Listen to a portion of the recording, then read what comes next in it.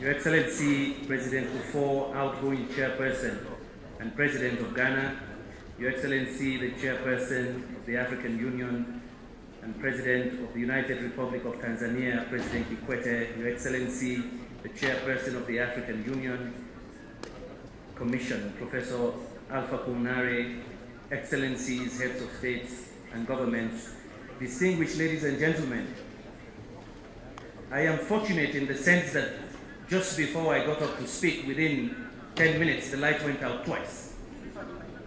It puts in context why you must talk about industry. Let me tell you what is going on in some of the factories now.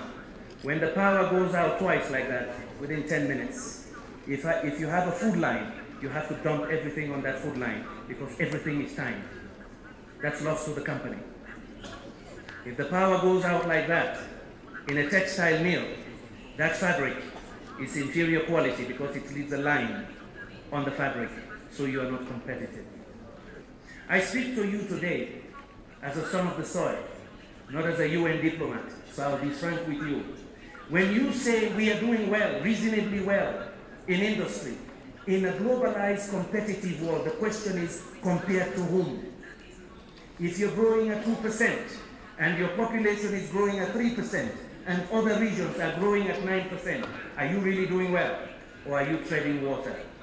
These are the realities today. It's about competitiveness.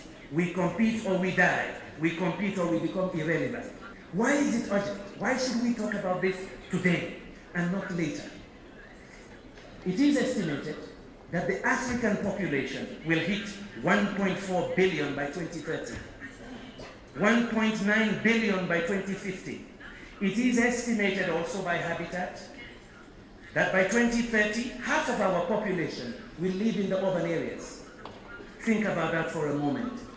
All these young men and women, millions of them, in the cities of Nairobi, of Addis, of Monrovia, Freetown, looking for jobs. What are we going to do? They just fade away into the informal sector, into the slums around the city. That's crisis. We are postponing a crisis.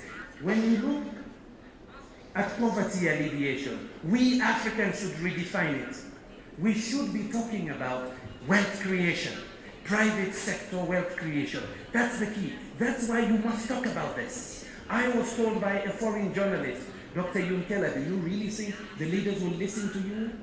They want to discuss the United States of Africa. I said, of course it is important.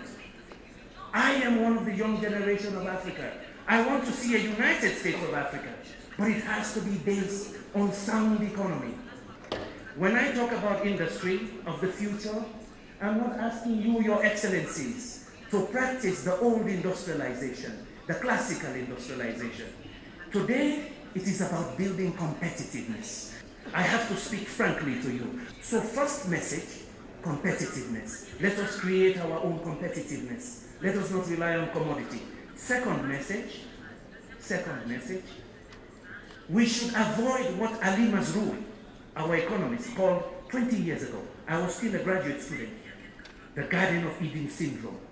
God gave us natural resources. So what do we do in the Garden of Eden? We pick the fruit we eat. We pump the oil we export. Sometimes we can't do it alone. So my third message is that today, from global production, you don't have to do everything. We call it in economics fragmentation of the value chain. Countries can produce components, assemble and sell together. Can you tell me we are not capable of doing it sustainably? Let us not be scared. This is the 21st century. It is about ambition, borrowing technology, best practice, and being responsible. Getting capital, we can do it. So ladies and gentlemen, Your Excellencies, I am one of you, young, maybe too old to speak to my big fathers like this. But I am a young man also who is impatient, because I have others behind me, millions younger than me, who are even more impatient. I tell my European friends, it is in our mutual interest that we redefine poverty alleviation. These kids are leaving, they don't care anymore, they've lost hope. They've lost hope.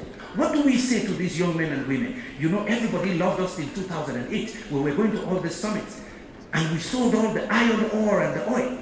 Now we have nothing. You must diversify your economies. Sorry, I'm preaching to you, my fathers. A son talking to his father for the first time should be courageous. One of your former colleagues, President, I asked him, what do I say to my fathers? He said, young man, think about it. They ask you once, talk to God. What will you do? And I was dumbfounded. He said, speak from your heart. So I speak from my heart. I don't speak as a diplomat. I talk to you that yes, you were right to put this on the agenda, but I beg you, don't take it off the agenda. You don't industrialize in 1 year. It has to be on the agenda. We have to have benchmarks. Are we progressing? Are we diversifying? The examples in Africa are many. In closing, forgive my arrogance. Forgive my passion. If we don't have passion, if our youth lose hope, something else will happen.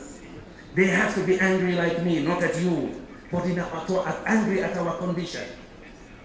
I live in Vienna, a Sierra Leonean. For 10 years, we were the poorest country in the world. We are happy today that we are now the second poorest.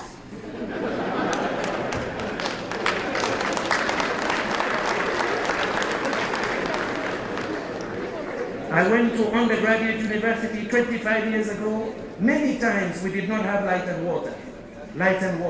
But it did not reduce my ambition. I excelled. I went to the United States. I taught there. Today I'm a chief executive from the poorest country of the world. It means it can be done. Under globalization, skills, knowledge, determination, ambition, we can move forward. That's what the youth want to see. Excellencies, we can blame colonialism for the past 350 years. But we cannot and must not blame colonialism for the next 50 years, because we are here today. Thank you.